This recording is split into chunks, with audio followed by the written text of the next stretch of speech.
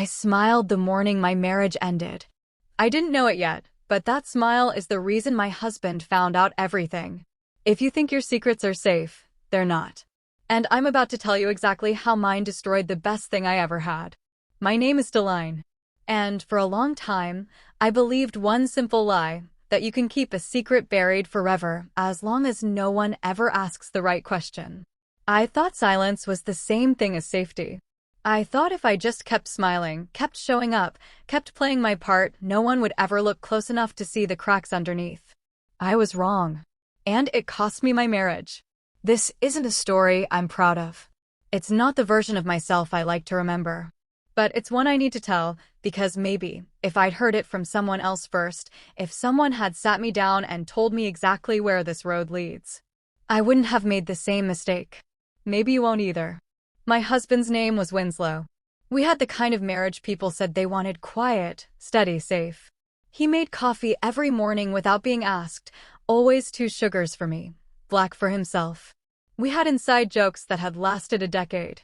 We had dreams we were building together, slowly, patiently, the way real couples do: a house, a future, a life that looked, from the outside, like exactly what everyone hopes for. But somewhere in that comfort, a question started creeping in. Is this it? Did stability quietly replace the spark? Did safety become a substitute for feeling alive? I never said it out loud. I didn't even fully admit it to myself.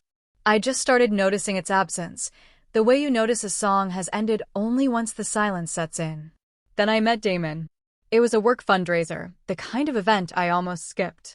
A passing conversation near the bar, a compliment that lingered a little too long, a look that lasted 1 second more than it should have. And something in me lit up that I thought had gone quiet years ago. He was confident, attentive. He asked questions like my answers actually mattered.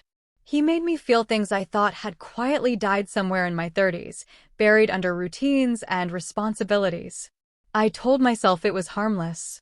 Just a friendship. Just texting. Just 2 people who understood each other. I didn't call it what it actually was, because if I never named it, I never had to feel guilty about it. But harmless things don't require lying. And I was lying constantly. At first it was small, a meeting that ran late, a girls' night that didn't exist. Then it became a system, a structure I maintained. Every secret meeting needed a cover story. Every cover story needed a backup, in case Winslow asked the wrong question at the wrong time. And the strange part? The lies got easier. They stopped feeling like betrayal and started to feel like routine, like just another item on my to-do list. I told myself no one was getting hurt. I actually believed that, the same way you believe you can hold your breath a little longer than you actually can. Then one evening, I came home from seeing Damon, and something in the house felt different. The lights were on in rooms that should have been dark. Winslow wasn't angry when I walked in. He wasn't yelling, wasn't waiting by the door with questions.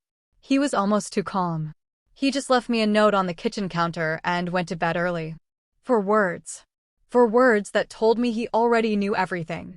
When I confronted him the next morning, shaking, expecting rage, he told me calmly that he'd seen the messages weeks earlier.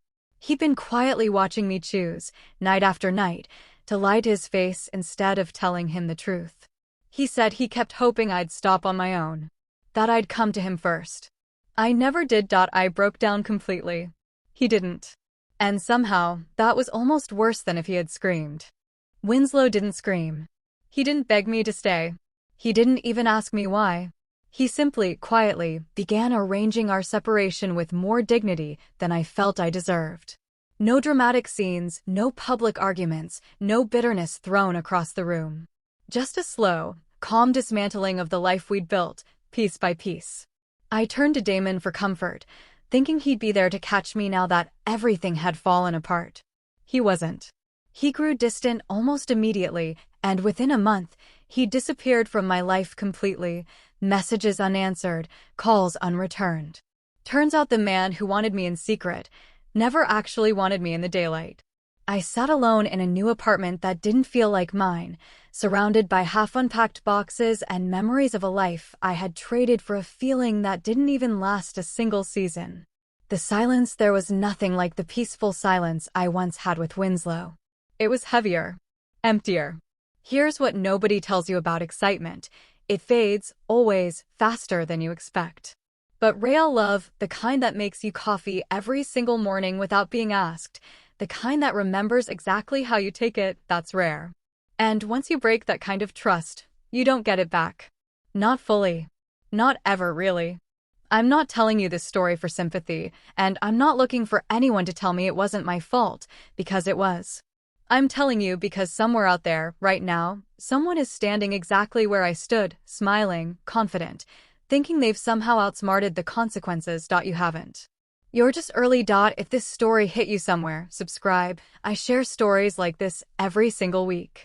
And tell me honestly in the comments, do you think trust can ever fully come back after something like this?